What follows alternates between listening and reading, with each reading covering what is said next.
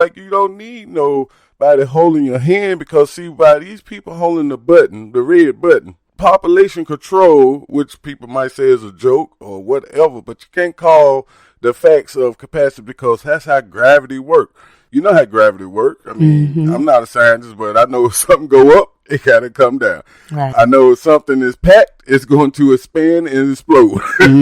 So with that said, if we already got this knowledge, we don't need we need influence, but we need also the most powerful influence is yourself. And don't give the politics or nobody that control to a point to where Mother Earth take control. And that's what we got to be able to stop or slow down, because it's going to happen. I mean, scientists also says that it's a particular time in cycles, or just like I said, in seasons change. It's Earth on the time clock are changing too.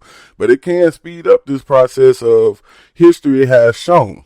I mean, it's been great cities being wiped out either by knowledge or by this Earth recleaning itself, maybe from the pollution that they was going at, or either the calculation Mother Earth said, oh, they at 9.99999 billion, and one more baby born, I might as well go ahead and hit the button. So my Queen Summers is trying to give us the influence. You need to do your more research. You need to do your research, because, I mean, seriously, when you take a step back and you look at the artificial lighting and the air conditioners, automobiles, all powered by fossil fuels, you will begin to see how confronting the climate change would require swearing off some things that has been an extraordinary boon to humankind. And it all starts with that cheap fossil fuel. But we are facing, and in the times that this is a environmental apocalypse that awaits us in our future. It's time to talk about it, and it's time to come up with minimum fixes that'll help us get through it, because it's already happening right now. And so I asked the community, you, to write us and tell us about something strange that you would thought that would never happen in your lifetime that you saw. Like I can stay here and say it being earthquakes in North Carolina. It being record breakings on hurricanes. It being record breakings on fire. And then don't get it confused, my people. Some politics mix the control factor in, which is religion. So then we got religion, climate control at the same thing. And some people call this the end of days. Some people call this regular cycle that Earth is doing. Some people call the president is in the army, the Antichrist. Anything, man. But at the end of the day, it's something dramatic does happen, that is billions of people or life is gone. And I feel that we could make a change and slow down this process, regardless of what's in the mixture of it. That's basically what I was explaining. If it's a religion in the mix of it or whatever, you still see that piece of paper on the ground, pick it up, my people. If you see your neighbor that needs help in recycling, plastic bottles laying around, because that stuff get out there in the ocean. Then creatures in the ocean, you see, got 6-pack rings of plastic around them. Plastic don't go nowhere for 20 years. And to this day, as we stepping forward into the future, Mother Earth can give signs of maybe what I was just describing, weather disordinance, or weather extraordinary things just happen. And then when I say political world or is doing it, at the same time, we got to make up a decision where the corona come from. Now, this is to say, for instance, corona came up from Mother Earth, which basically most diseases come from our cells, or the bacteria that we got inside us is exposed to the environment or other animals and creatures, still a part of Mother Earth. If COVID came, like I said, change, the 3 C's are in effect. COVID, change, and climax. I'm looking at the change right now, looking at the opportunity. I mean, I feel like as human race, we will defeat anything that's in front of us. It's not no nation defeating nothing. I think we all is one if we get down to it. it's going to be some humans left that will carry our DNA on. Mm-hmm. But at this point right now, with Corona and climax and change are all in the same bundle, it's not the time to be trying to see who's at fault for it. We need to come together and try to figure out, is this a sign of change? Right. And in our daily lives, we typically focus on the most likely result. I mean, I decide whether to jaywalk without considering the chance that I will trip in the street and get ran over. But sometimes we focus on the extreme, like I lock my gun and hide the bullets in a separate place to minimize the chance that my kids will find and play with them. For climate change, should we focus on adapting to the most probable outcome or averting the most dangerous one? Cost-benefit analysis typically ignore the most radical outcomes. They assume that society has agreed to accept the small but real risk of catastrophe. It's something that environmentalists, to take one particular section of society, have but by no means done. And on top of this, it's a suggestion that we should do the bare minimum today, even if that means saddling our descendants with the warmer world. Doing the minimum is expensive enough already, because people tomorrow will be richer than we are, as we are richer than our grandparents were. They will be better able to pay to clean up our emissions. So unfortunately, this is an ethically problematic stance. How can we weigh the interests of someone born in 2050 against those of someone born in 1950? Wow, yes, that is right, man. Because my kids, your kids that are 1, 10, they live until 100. Can you imagine what's going on from now to then? Things can get better. I'm not finna sit here and say things are going to get worse, because I got a future with my kids going up in this world. This is something that we leaving our trademark for. Mm-hmm. Like I said, the 3 C's, we need to focus on that change before the P, political policies and stuff, start getting ready to hit the button, or Mother Earth hit the button.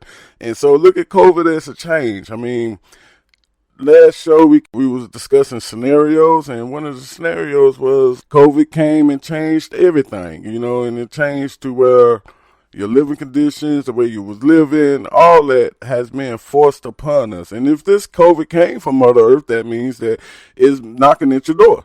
Yeah. And so at this point, what I'm saying to ourselves, we got a great opportunity, in my opinion. Get me right now. In my opinion, I love the new way things are going. I mean, I feel like I expressed my opinion in my last show scenario that this is an opportunity to get rid of some of this weight. Like everybody weighs a certain amount of weight that can help the foundation get more stronger other than weaker. These skyscrapers, these big mansions that we're living in and everything. We love these things, but are they necessary? Or do you want to sit here and try to make a change towards those unnecessary things before Mother Earth make us be living in 80% of what we are surrounded by on boats and water? Right. A Harvard professor by the name of David Keith, and he has a book out. I actually had a chance to read this book, and I am writing to him right now to see if he would be interested in doing an interview with us. But his book is called A Case for Climate Engineering, and it's a short book arguing that we should study spraying the stratosphere with tiny glittering droplets of sulfuric acid, and that bounce the sunlight back into space, reducing the Earth's temperature. Now, physically speaking, the notion is feasible. He was going on to explain how the 1991 eruption of Mount Pinatubo is in the Philippines created huge amounts of airborne sulfuric acid, and that lowered the Earth's average temperature that year by about 1 degree. So he is candid about the drawbacks. Not only does geoengineering involve tinkering with planetary systems we only partially understand, it can't cancel out, even in theory, greenhouse problems like altered rainfall patterns and increased ocean acidity. The sulfur would soon fall to the earth, a toxic rain of pollution that could kill thousands of people every year. The carbon dioxide that was already in the air would remain. To continue to slow warming, sulfur would have to be lofted anew every year. Still, he points out, without this relatively crude repair, unimpeded climate change could be yet more deadly. So planet hacking does have an overreaching advantage. It's cheap. The cost of geoengineering the entire planet for a decade, he said, could be less than the $6 billion the Italian government is spending on dikes and movable barriers to protect a single city, Venice, from climate change related sea level rise. That advantage is also dangerous, he points out. A single country could geoengineer the whole planet by itself, or one country's geoengineering could set off conflicts with another country. They have a Chinese program to increase its monsoon, might reduce India's monsoon.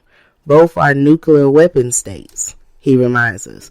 So according to Forbes, the world has 1,645 billionaires. Several hundreds of them are in nations threatened by climate change.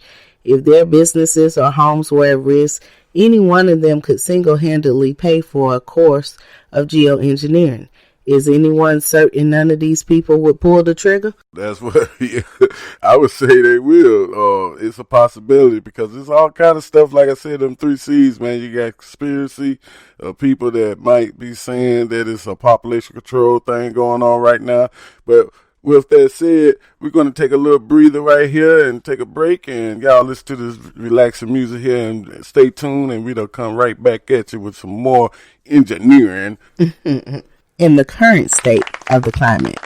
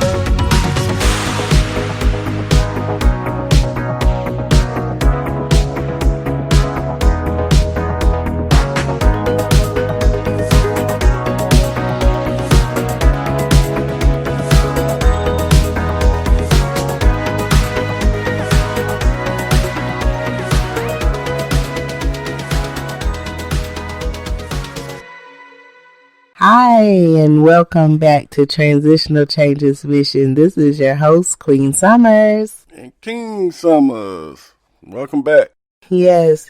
So after talking about the importance of the current state of the climate, I really just urge you all to do your research. Look at all the different publications that's available.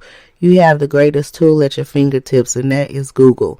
Anything that you want to know about, all you have to do is Google it. And when you Google up the climate or anything talking about the climate, you have so much information.